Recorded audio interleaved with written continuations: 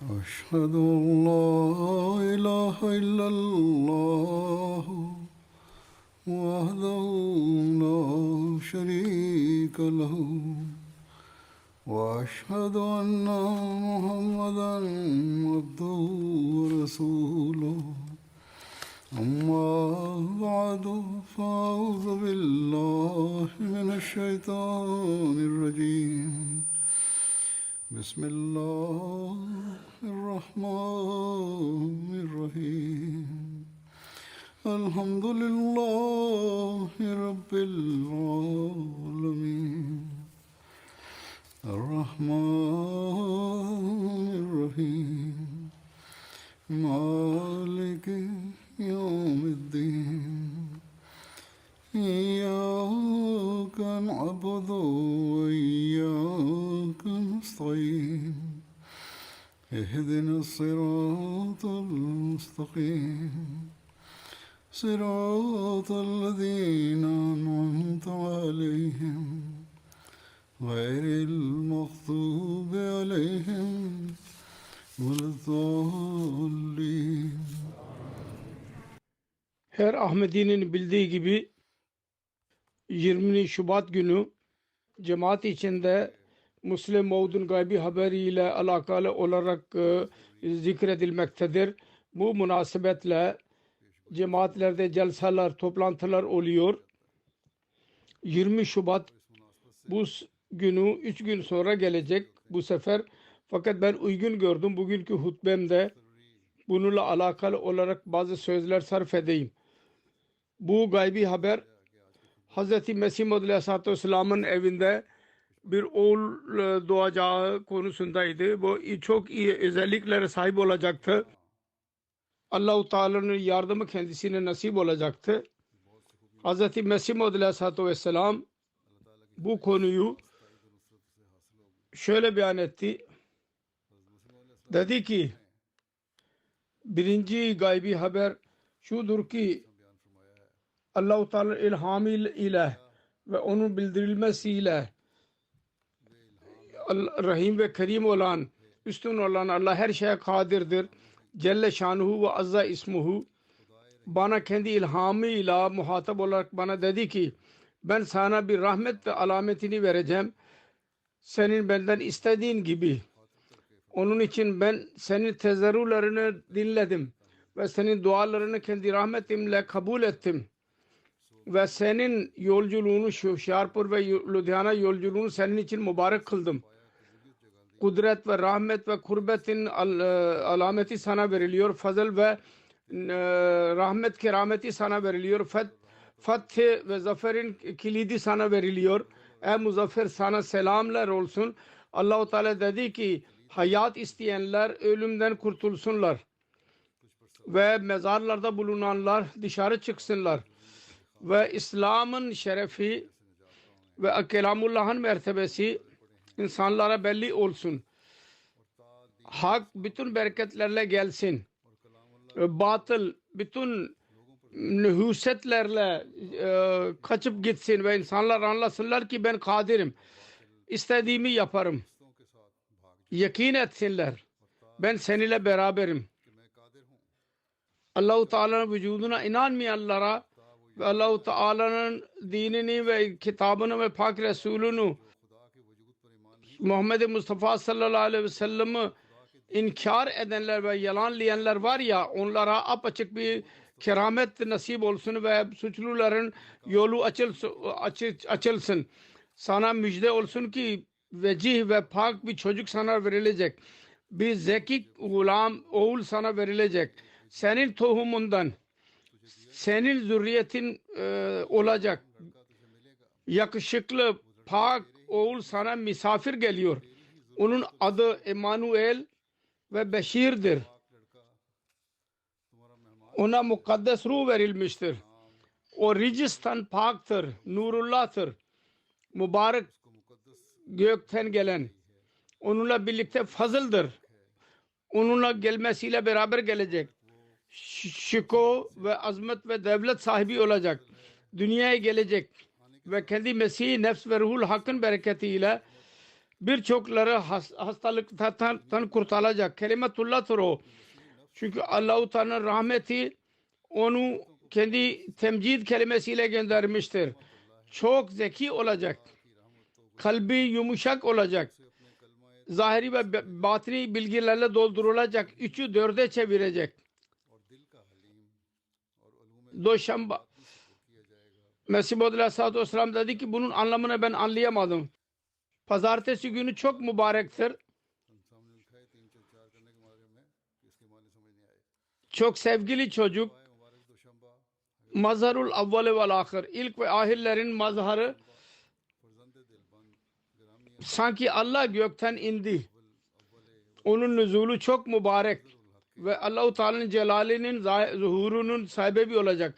Nur geliyor. Allah-u Teala onu kendi rızasının kokusuyla koklandırmıştır. Allah-u Teala'nın gölgesi üzerinde olacak. Bu çok çabuk ilerleyecek ve esirlerin serbest bırakılmasına sebep olacak ve dünyanın kenarlarına şöhret bulacak. Kavimler ondan bereket bulacaklar. O zaman gökyüzüne kaldırılacak. Vakana amran makziya. Bu gaybi habere göre bu müddet içerisinde Mesih Maud Aleyhisselatü Vesselam'ın beyan ettiği bir oğul doğdu. Adı Hz. Mirza Beşiruddin Mahmud Ahmet kondu. Ona Allah-u Teala ikinci halife mertebesini verdi. Sonra uzun zaman sonra kendisi ikinci halife Allah-u Teala'dan bilgi alarak ilan etti. Müslim Maud olacak konusunda Mesih Maud Aleyhisselatü Vesselam bir oğlun haber verdiydi ya, o benim.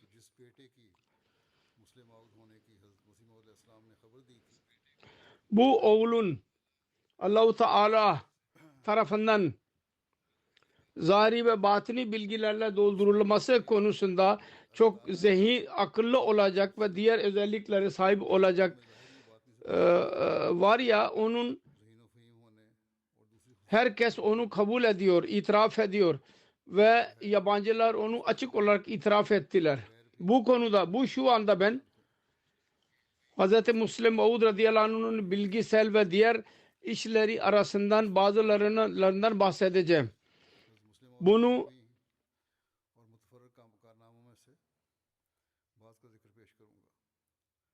Bunları dinlemekten önce şunu gözlerimizin önünde bulundurmalıyız. Kendisinin çocukluğu sağlık bakımından çok zaf geçti. Hastalık içinde geçti. Göz hastalığı vardı. Gözü bir defa kayboldu. Sonra bir gözden görmeye başladı. Sonra maddi olarak bilgisi yok gibiydi. Kendisi beyan etti ki ben ilk okulu zor bitirdim. Ancak Allah-u Teala söz verdiydi. Kendisine din ve dünya bilgileriyle doldurulacak. Onun için öyle akla hayret verici konuşmaları vardır. Allah-u Teala onu yaptırdı. Öyle konular kendisi yazdı ki onun bir örneği yoktur. Yabancılar bile onu itiraf ediyorlar. Bugün ben bazı referansları okuyacağım. Bu referanslar okumadan önce onun yazılarından, konuşmalarından, irfan meclislerinin sayısından bir muhasebesini sizin önünüze koyacağım. Kitaplar, konuşmalar yayınlandı. Şimdi yayınlanmak üzeredir. Tamamdır onlar. Envarul Ulum olarak yayınlanmaktadır.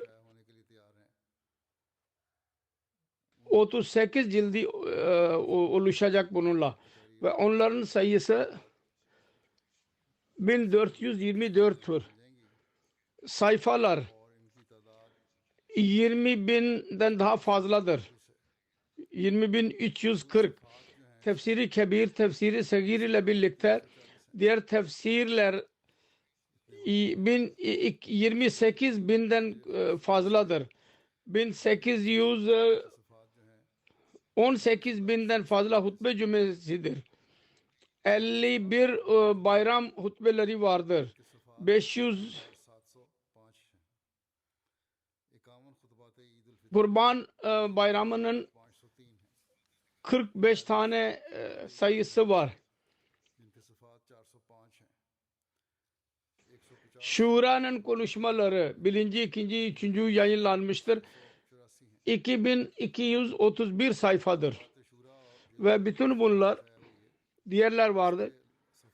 Eğer hepsini birleştirirsek 75.000 sayfa oluşuyor. Research Cell Al-Hakam ve 1913'ten 73'e kadar kini saydılar. Diyorlar ki bazı maddeleri daha bulduk. Daha Anvarul Ulum ya başka bir kitapta yayınlanmamıştı. Onun detaylarına göre 55 makale, 27 konuşma, 143 meclis-i irfan, 222 konu, melfuzat ve 31 mektuplar ele geçirilmiştir daha yayınlanmamış olan. Çok büyük bir toplamdır bizim elimizde bulunan. Şimdi ilk olarak Kur'an-ı Kerim'in tercümesini ve tefsirinin bazı özelliklerini bahsedeceğim. Ve diğerlerin fikirlerini bu konuda ileri süreceğim. Tefsir Kebir tefsirinde Hz. Müslim Mevud radıyallahu anh 59 surenin tefsirini beyan etti. 10 cilt ve 5907 sayfalıktır. Ayrıca tefsir notları dahi ele geçirilmiştir. Onların sayfaları bile binlercedir ve umarım inşallah bir gün bunlar dahi yayınlanacak. Kur'an-ı Kerim'in tercümesi tefsir-i segir şeklindedir. Hz. Müslim Mevud radıyallahu anh ömrünün son kısmında çok isteği vardı. Kendi hayatında kendisi vasıtasıyla Kur'an-ı Kerim'in bir üstün bir tercümesi notlarla birlikte yayınlansın. Avrupa yolculuğu 1955 senesinden geri dönüşünde Müslim Mevud hastaydı. Fakat Allah-u Teala kendi Mevud halifesine yardım etti. Haziran 1956 senesinde Mari'nin dağlarına gitti yazın. Tercüme yapmaya başladı ve Allah-u Teala lütfuyla 25 Ağustos günü 1956 senesinde ikindiye kadar tamamlandı ve Nakle adlı bir yerde vardı. Eri bir yerdir. Kalır Kahar'a yakın. Orada Müslim Mevud bir köy hazırladıydı. Orada bu iş yaptı. Ondan sonra tekrar gözden geçirildi. Sonra tekrar gözden geçirildi. Yazıldı. Ve Tefsir-i Segir 15 Kasım 1957 senesinde yayınlandı. Hz. Müslim Mevud Tefsir-i Segir konusunda bir yerde şöyle buyurdu. Benim düşüncem şudur ki şu ana kadar Kur'an-ı Kerim'in ne kadar tercüme yayınlandıysa onlardan hiçbir tercüme Arapça ve Urduca göz önünde bulundurulmamıştır. Bunda yapıldığı gibi. Tercüme de Arapçanın konuşmasını göz önünde bulundu. Allah-u Teala'nın lütfuydu ki o kadar yüce bir iş yapmamı bana nasip etti az zamanda. Allah-u Teala bu yaşlı ve zayıf insana o kadar yüce iş yaptırdı ki büyük güçlü insanlar bile onu yapamıyorlar. Diyorlar ki geçen 1300 sene esnasında çok kuvvetli insanlar geçtiler. Fakat Allah-u Teala benim yaptığım işi Allah-u Teala onu bana yapmamı istedi, yapmamı lütfetti. O geçmişlerden hiçbirisi onu yapamadı. Aslında bu Allah'ın işidir. Kimden isterse, kime isterse yaptırır ondan. Sonra diyor ki Allah-u Teala'nın lütfuyla Kur'an-ı Kerim'in tercümesi tamamlandı.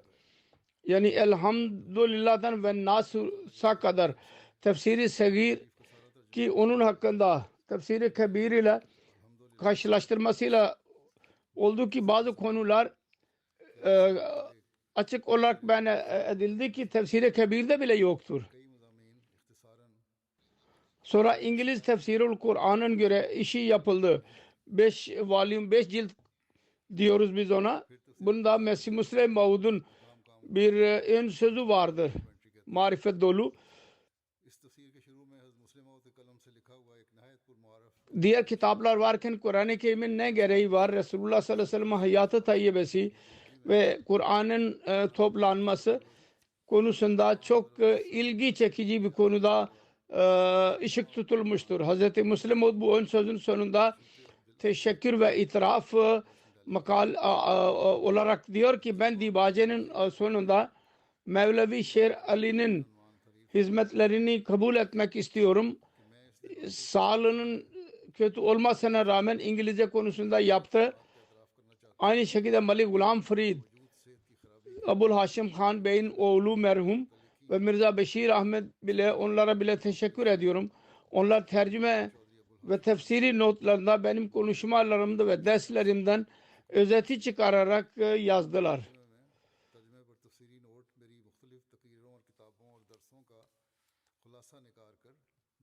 Sonra şunu bile yazdı. Ben şunu söylemek istiyorum. Birinci halifenin öğrencisi olmak vasıtasıyla birçok konu benim tefsirimde mutlaka öyle vardır ki ben Hazreti birinci halifeden öğrendim.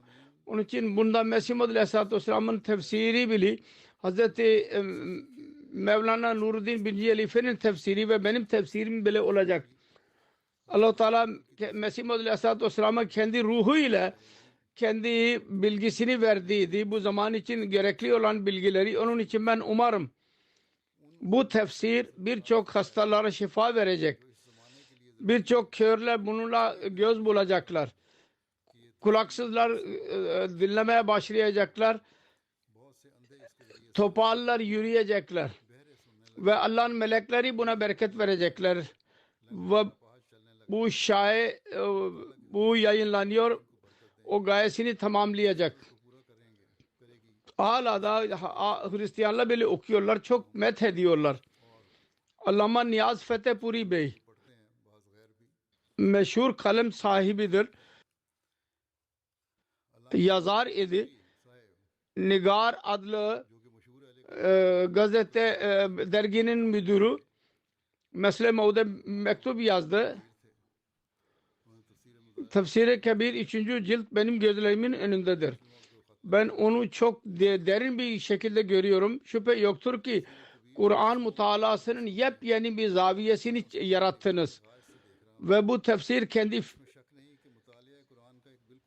ilk tefsirdir ki burada akıl ve nakil güzel bir şekilde birleştirilmiştir. Sizin bilginiz olağanüstü istidlal bunun her kelimesinden bellidir. Ve üzülüyorum ki ben niye bugüne kadar bundan bir haber kaldım. Çok bilgili bir zat idi. Söz söyleyen. Sonra diyor ki dün Hud suresinin tefsirinde Hazreti Lut konusunda sizin fikirlerinizi öğrenerek çok methettim. Ve mecburen bu mektup yazmaya mecbur oldum. Havlay Benati'nin tefsirini yaparken müfessirlerle ayrıdan bir tefsir yaptınız. Onu met etmek benim elimde değil. Sonra başka bir mektupta yazıyor. Geceleyin ben onu mutlaka görüyorum. Bence bu Urdu dilinde ilk tefsirdir. İnsan zihnini ne teselli verebilen tefsirdir bu. Sonra diyor ki bu tefsir vasıtasıyla siz İslam hizmetini siz yaptınız o kadar üstündür ki sizin muhalifleriniz onu inkar edemezler. Ve zalike fadlullahi yutihi men yeşâ. Seyit Muhammed Azam Hyderabadlı beyan ediyor ki Ahmediydi. Diyor ki Hindistan ve Pakistan'ın çok meşhur bilgi sahibi Nawab Bahadur Yarjang Seyit Bey'in çok dostuydu. Bahadur Yarjang Ahmedi değildi. Onunla alakası vardı. Seyit Bey diyor ki Nawab Bahadur Yarjang kendi sohbetlerinde tefsir kebirinden çok zikrederdi. ve onun yüceliğini kabul ederdi. Ve derdi ki bunun beyan ettiği marifetlerden çok istifade ettim. Sonra Akhtar Renvi Urdu'nun başkanı Patna Üniversitesi diyor ki ben ikinci halifenin tefsirinin birkaç cilti Profesör Abdülmannan Bedil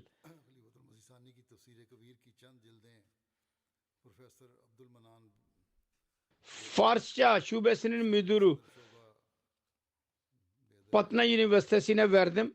Bunları okuyarak o kadar etkilendi ki Mısra Arapça Medresesi Şemsul Huda'nın bazı ciltlerini okumak için verdi. Ve bir gün birçok şeyhleri çağırarak onların fikirlerini sordu. Bir şeyh dedi ki Farsça tefsirlerinde öyle bir tefsir yok. Profesör Abdülmannan dedi ki Arap tefsirler konusunda ne diyorsunuz?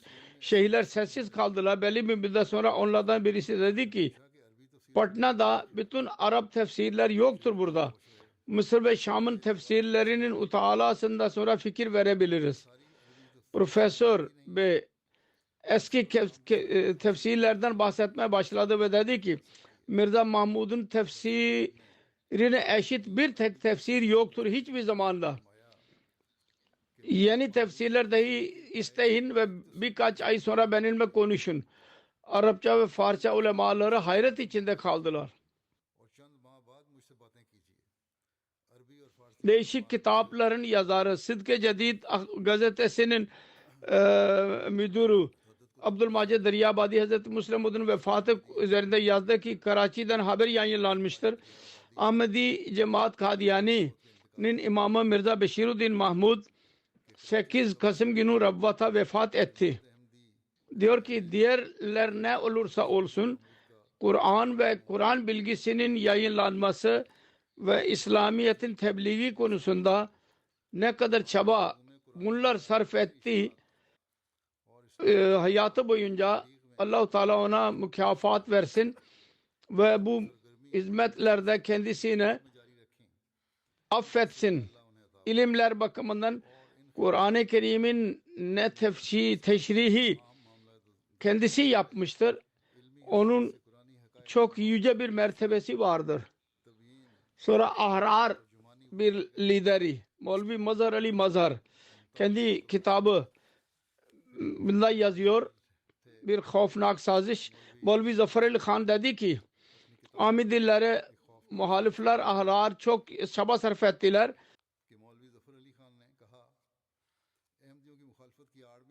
Çok para topladılar.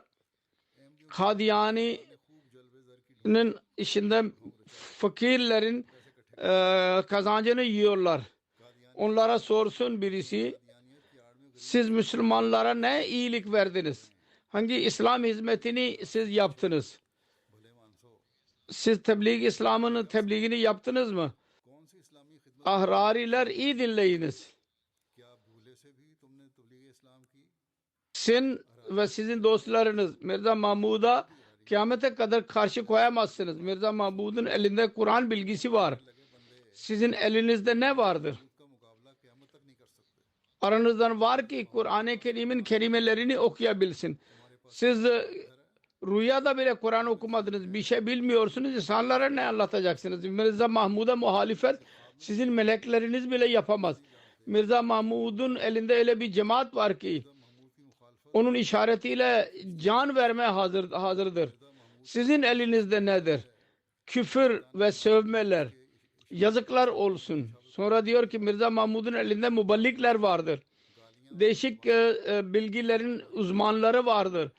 Her dünyanın yerinde bayrak atmıştır. Ben hak söylemekten vazgeçemem.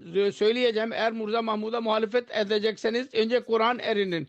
Muballigler hazırlayınız ve Arapça medreselerini hazırlayın. Yabancı ülkelerde tebliğ yapın. Bu nedir? Ki Mirza onlara küfür ediyorsunuz. Bu İslam tebliği midir? Bu İslamiyet'in adını kötüye kullanmaktır. Sonra İmruz adlı gazete Lahore 30 Mayıs 1966 gününde şöyle yazdı. Kur'an-ı Kerim bütün insan için rüşt ve hidayettir. Ezelden kıyamete kadar bu insanlara dini ve dünya konularında adalet yolunu gösterecek ve insanları doğru yola getirecek. Keşke bugünkü ulemalar biri onlasınlar Emirül Müminin diyor. Kur'an-ı Kerim'in bir hayatın hiçbir şubesi yoktur. Ki biz Kur'an'dan yardım etmeyelim, almayalım. Fakat onun için Kur'an anlamlarına üstün çıkmak lazım. Eğer bir insan anlamazsa nasıl hidayet verebilir diğer insanlara? Onu anlamak gereklidir. O zaman öğrenecek ki ne yazılıdır. Buna göre Kur'an-ı Kerim'in tefsiri başladı ve Kur'an'ın indirildiğinden beri ebede kadar bu silsile cari kalacak.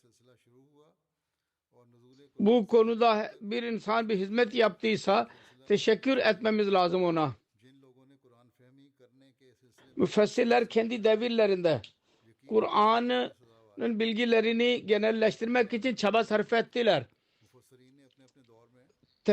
Kur'an tefsiri bir ilim haline geldi.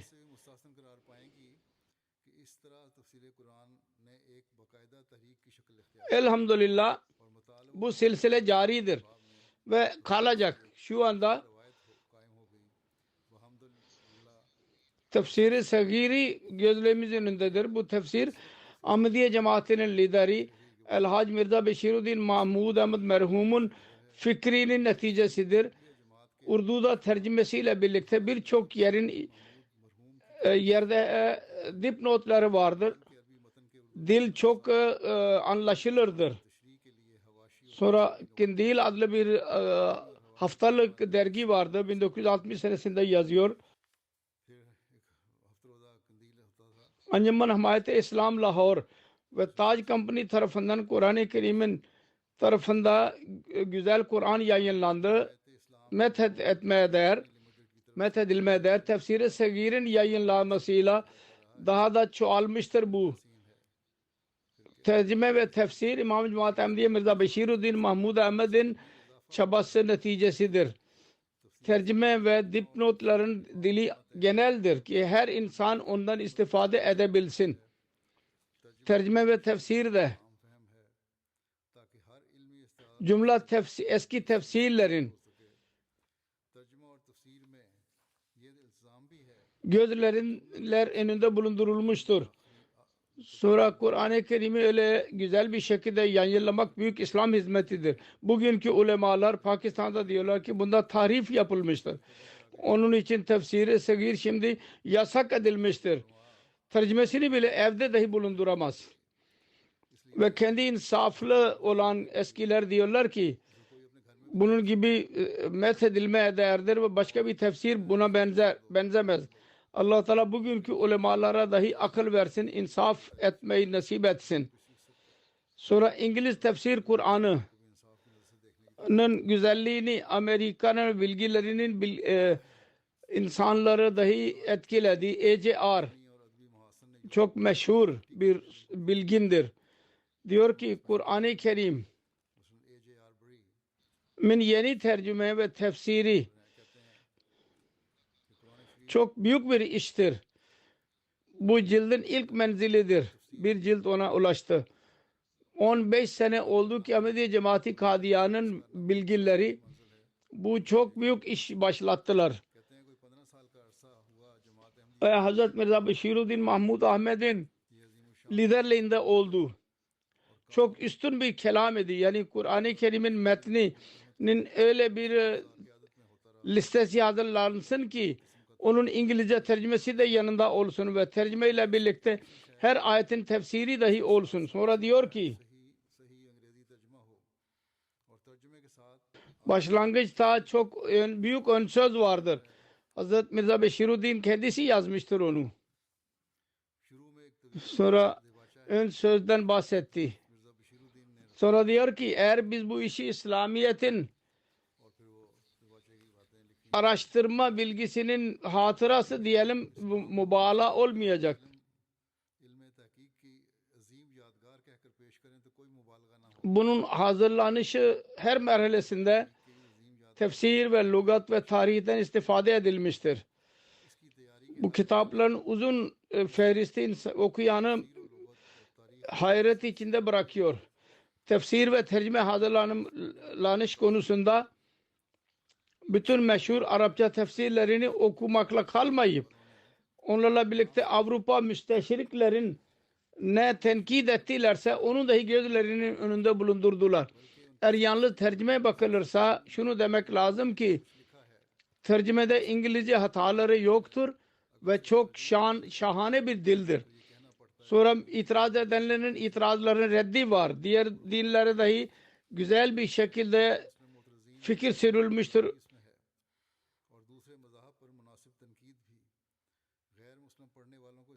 Ve çok dikkatli bir şekilde okunmaya değerdir. Takva sahibi ve bilgi sahibi kimseler diğer dinlerin rivayetlerine itiraz ediyorlarsa niye yapıyorlar? Onu da öğreneceksiniz bundan.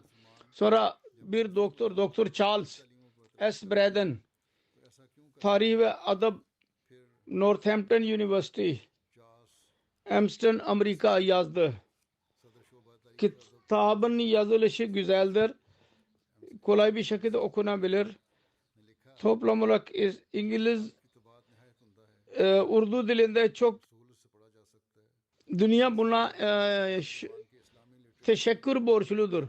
Sonra Al-Nasr adlı bir gazete yazdı. Ahmediye cemaati Avrupa ve Amerika'da İslami sekafeti güzel bir şekilde yayınlanmıştır ve iş muballiklerin gönderilmesiyle oluyor. Diş kitaplar ve broşürlerle ki onlar vasıtasıyla İslamiyet'in üstünlüğü, Resulullah sallallahu aleyhi ve sellem'in doğruluğu beyan ediliyor. Biz Kur'an-ı Kerim'in İngilizce tercümesini okuyarak çok mutlu kaldık. Bu tercüme Hz. Mirza Beşiruddin Mahmud Ahmed ve çok ilgi çekicidir. Çok yüce fikirlere sahiptir. Bu tercüme Kur'an ayetleri bir tarafta yazılıdır ve diğer tarafta onların tercümesi vardır onların önünde. Sonra detaylı olarak tefsir yapılmıştır.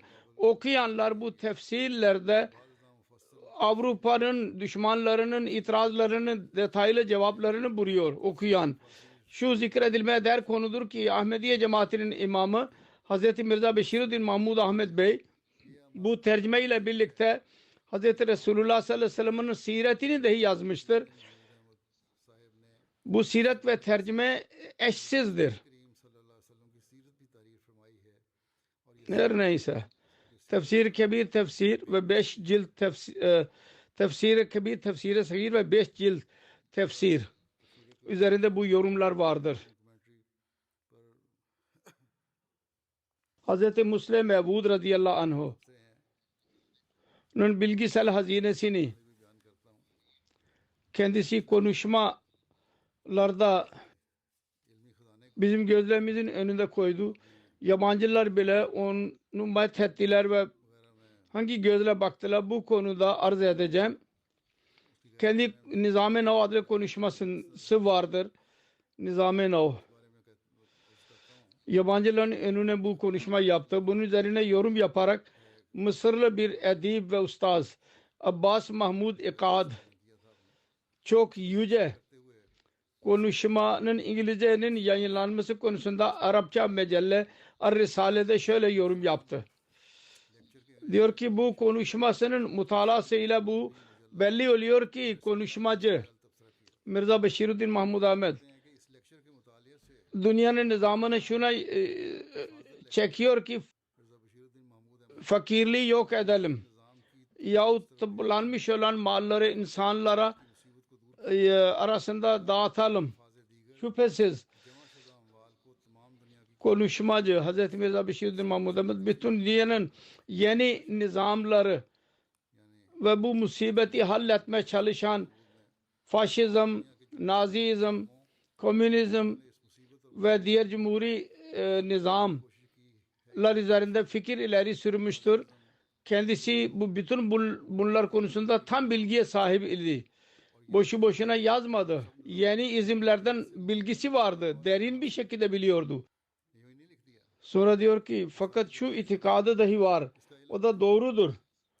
Ki siyasetçiler ve parti liderleri ve hükümetler bunu halledemezler. Onun için onları halletmek için manevi bir güçle gereklidir. Çünkü bütün insanlarla alakalı olan bir zorluğu, onun halli ve ilacı insanlar birlikte yapabilirler. Onun için ilk olarak teselli veren konu şudur. Yani itikad ve inanç ve iman onu gözlerden çıkaramayız. Sonra Hindistan ve diğer dinler konusunda çok derin bir şekilde yorum yapmıştır. Onlardan ilaç alalım. Bunları uzaklaştırmak için dünya onu kötü gözle bakıyor. Biz onu ileri sürüyorlar. Ve onlardan yeni nizam öğrenelim. Şu andaki nizamdan daha güzel olsun. Ondan sonra diyor ki ondan sonra birçok deliller ileri sürmüştür. Bütün bu dinlerden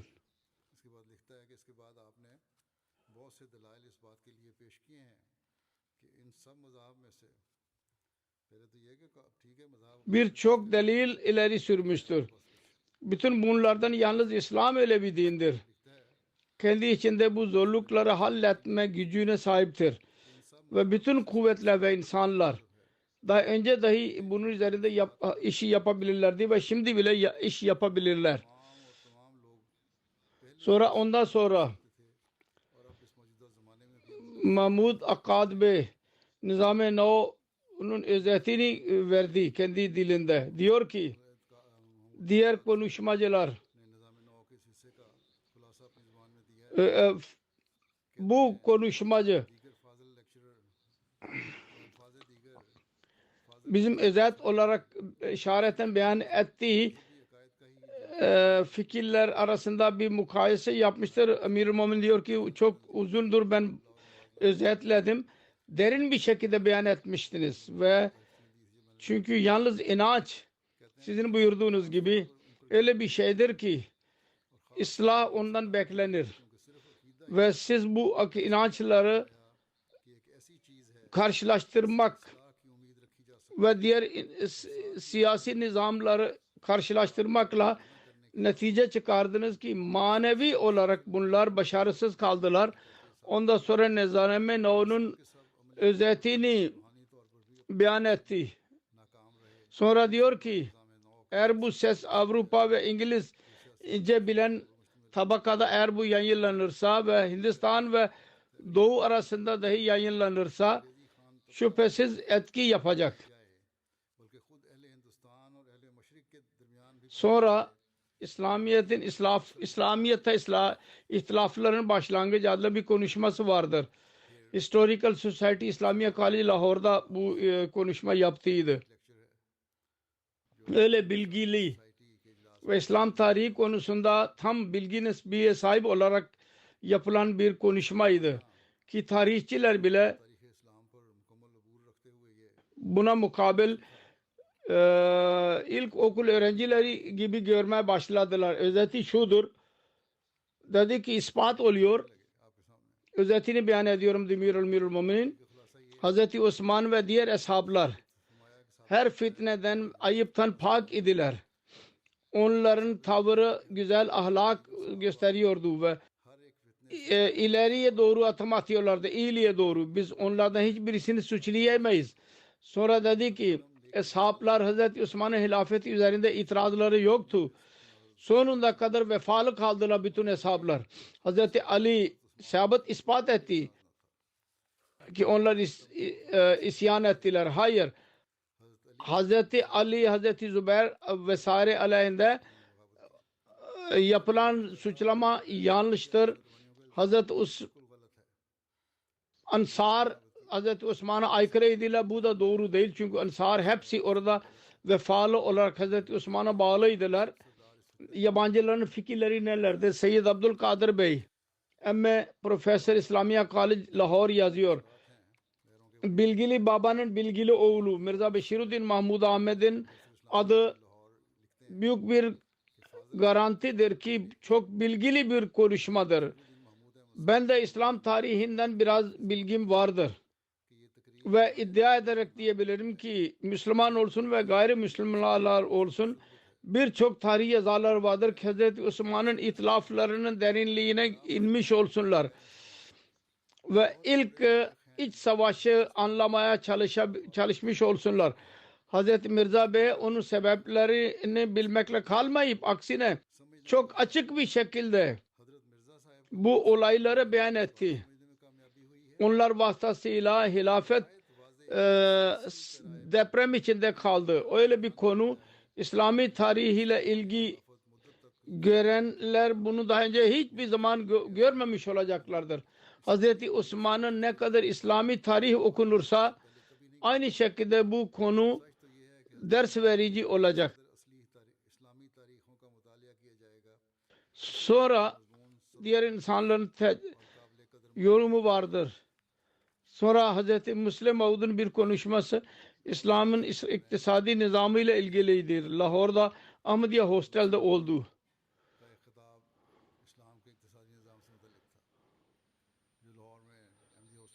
Ahmediye yurdunda 2,5 sene devam etti. Ahmediler dışında yüzlerce, hatta bazı yerlerde binlerce yazıyor. Müslümanlar ve gayrimüslimler dahi vardı. Okumuş insanlar, gayri Ahmedi Müslümanlar ve gayrimüslimler. Onların çoğu bilgili kimseler idi. Punjab Üniversitesi'nin profesörleri ve öğrencilerinden vardı. Konuşma sırasında profesörler, vekiller, avukatlar not aldılar. İslam'ın iktisad nizamını beyan ederek şöyle diyor Müslim Maud: İslam iktisadı kişisel hürriyet ve hükümetinin arasında karışım, hükümet dahi arada olsun ve insana hürriyet dahi verilsin. İlgin bir şekilde bunlar birbiriyle koordine etmiş olsunlar. Birbirine yardım eden olsunlar. Hükümetin araya da olması dahi vardır ve insanın hürriyet dahi verilmiştir. Kişisel hürriyet şu bakımdan ki fertler ahiret için çaba sarf etsinler ve onlar arasında yarışma ruhu ilerlesin.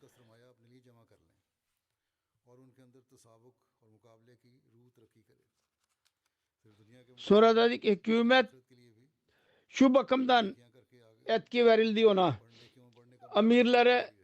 Emirler fakirleri yok etmesinler.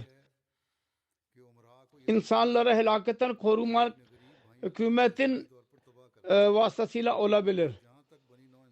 Ve kıyamet için mal toplamak insanın eline verilmiştir.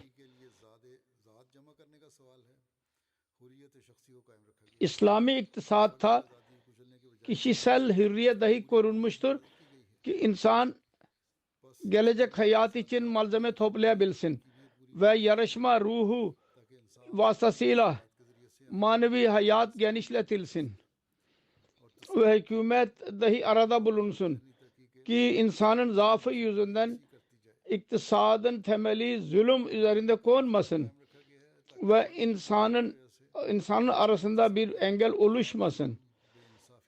Konuşmasının ikinci kısmında komünizmi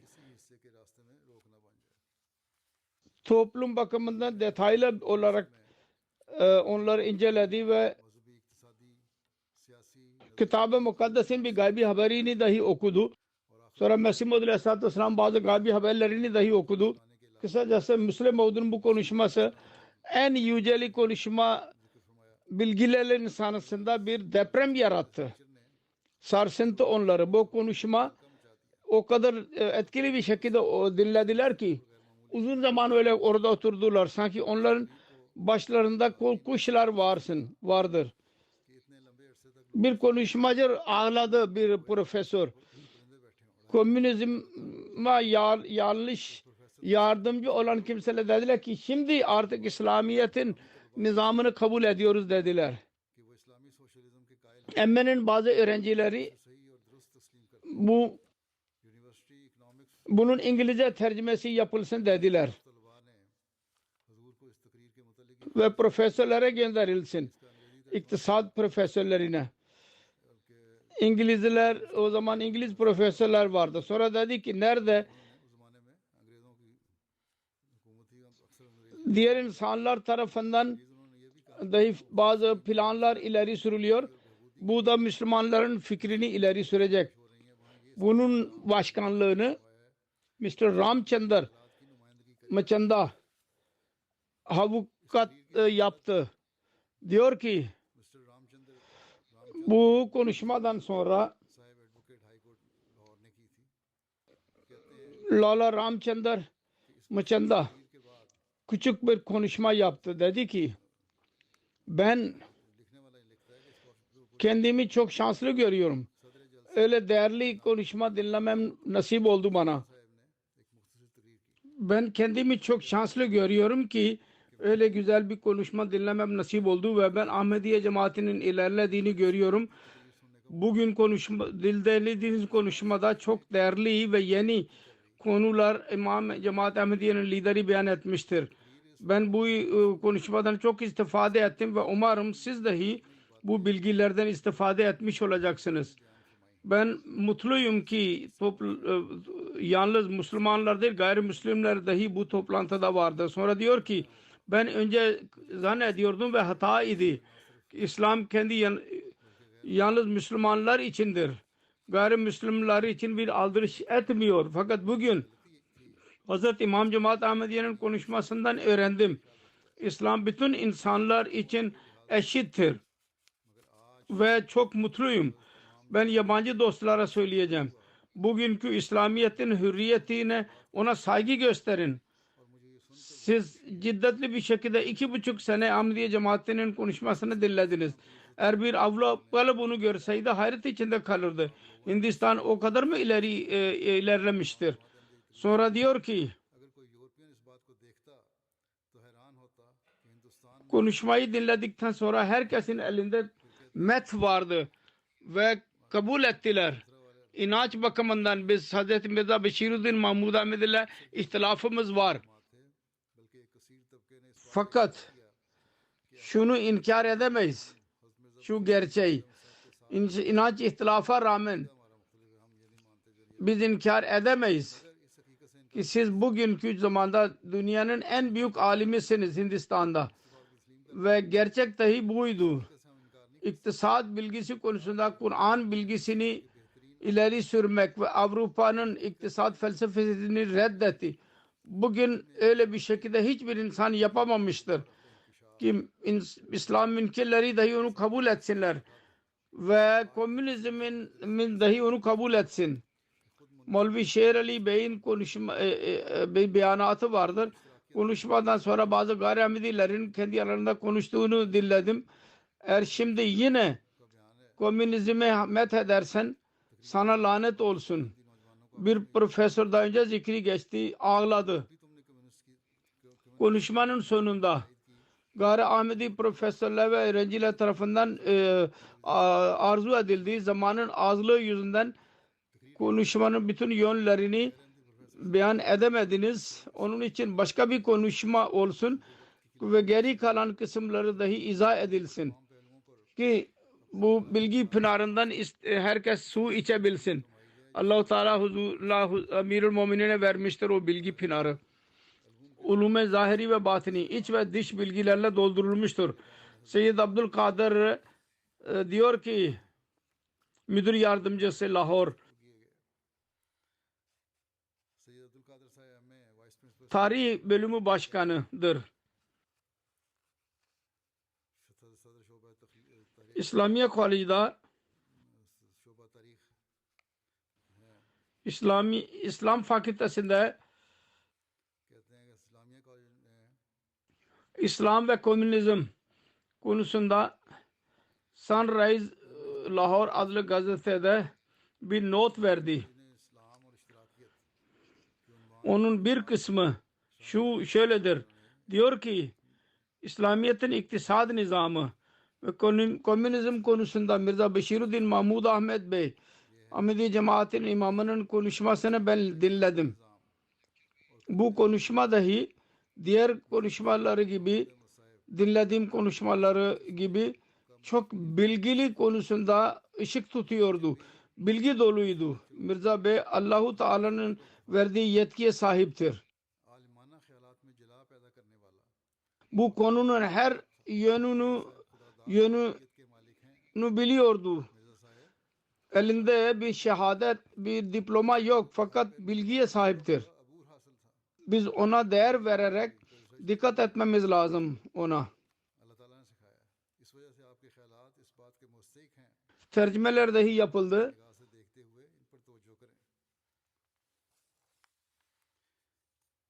Onun tercümelerini okuyarak herkes fikir ileri sürdü.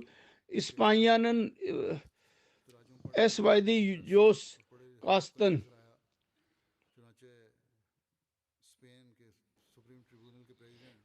yazdı. Molly Carmela'yı Zafer Bey'e. Ben sizin mektubunuza teşekkür ediyorum. Bununla birlikte en güzel bir kitap vardır. Bunun mutaalası benim tabiatimi üzerinde güzel etki bırakmıştır. Ben size Allah-u Teala bu ülkede İspanya'da ve diğer yerde size başarı verecek. Size başarılı kılacak. Sonra Srinagar adlı bir gazete yazdı 1965 senesinde. All India Kashmir Committee'nin ilk başkanı Mirza Beşiruddin Mahmud Ahmet Bey'in vefatı. Büyük bir alim ve düşünür.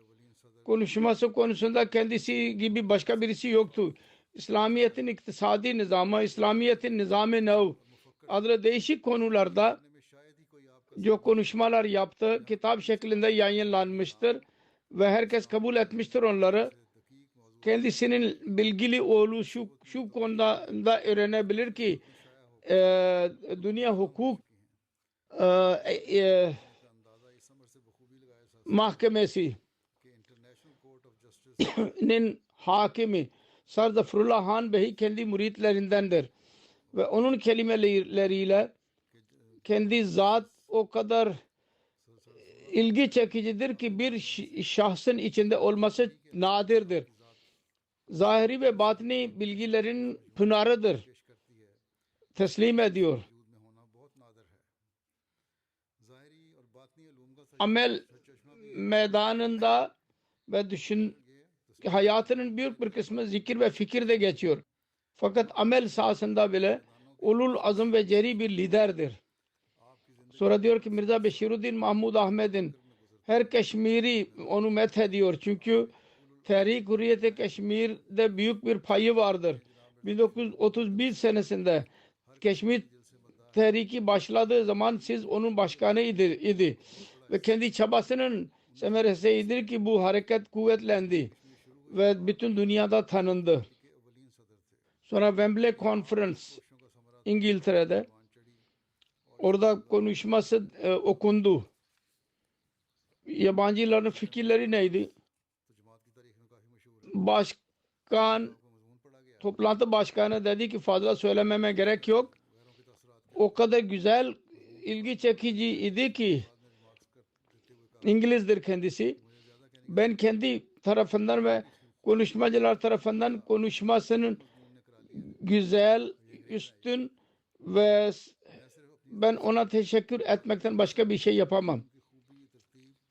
Konuşmalar benim bu söylememle birliktedirler. Aynı fikirde sahiptirler ve umarım ki onlar kabul ediyorlar ki ben onlar tarafından teşekkür etmek konusunda hak üzerindeyim. Ve sonra Hazreti Amirul Mü'minin muhatap olarak dedi ki ben size tebrik ediyorum. Sizin konuşmanız en güzel idi. Adamın birisi siz rapor verenler yazıyor arz etti. Ben Hindistan'da 30 yıl kaldım. Müslümanların durumları konusunda okudum. Çünkü ben bir misyoner olarak orada kaldım. Fakat siz Ne güzel bir şekilde bugünkü konuyu ileri sürdünüz. Daha önce ben başka hiçbir yerde onu dinlemedim. Bu konuşmayı dinledikten sonra sıra konuşma özelliği deliller bakımından çok etkilendim. Buna birçok yorumlar vardır kendi konuşmaları konusunda. Başlangıçta söylediğim gibi birkaç örnek ileri sürdüm. Akhbar Fathul Arab Dimaşk 1924 senesinde ikinci halife Avrupa'ya gittiği zaman Arap ülkelerinde bile kaldı ve Arap ülkelerin Akhbar Fathul Arab Dimaşk 10 Ağustos 1924 sayısında şöyle yazıyor. Bu halife bey kendi hayatının 40 yılındadır. Simsiyah sakalı vardır. Celal yüzünden okunuyor. Her iki göz zeki olduğunu gösteriyor. Bilgili olduğunu gösteriyor. Onun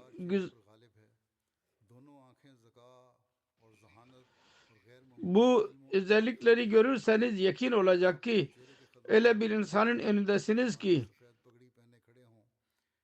siz onu öğrenmeden o kendiniz sizini öğreniyor, sizi bilmiş oluyor ve tebessüm sizin dudakları üzerinde oluyor.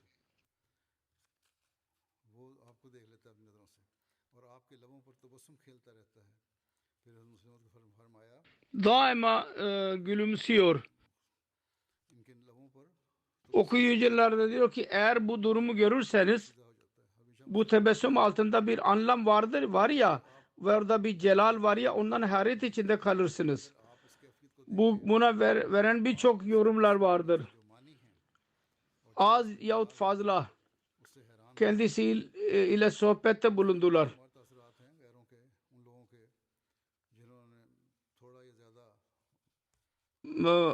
Ben toplattıydım bu referansları fakat hepsini ben şu anda bir kısmını beyan ettim. Özet olarak hepsi burada yazılı değil.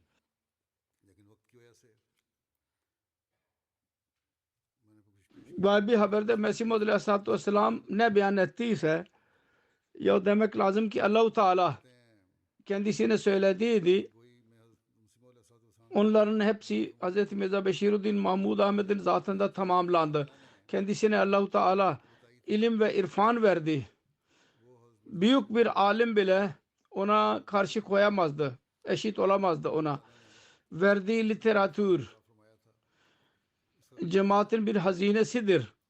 Kendi konuşmaları, makaleler yayınlanmıştır, yayınlanıyor da onları okumamız lazım. Ve şimdi tercüme bile yapılıyor. İnşallah İngilizce'de çok iş yapılmıştır. İnşallah oluyor da nasip olacak küçük küçük kitaplar. Allah-u Teala bize bu bilgiden istifade etmeyi nasip etsin. Amin.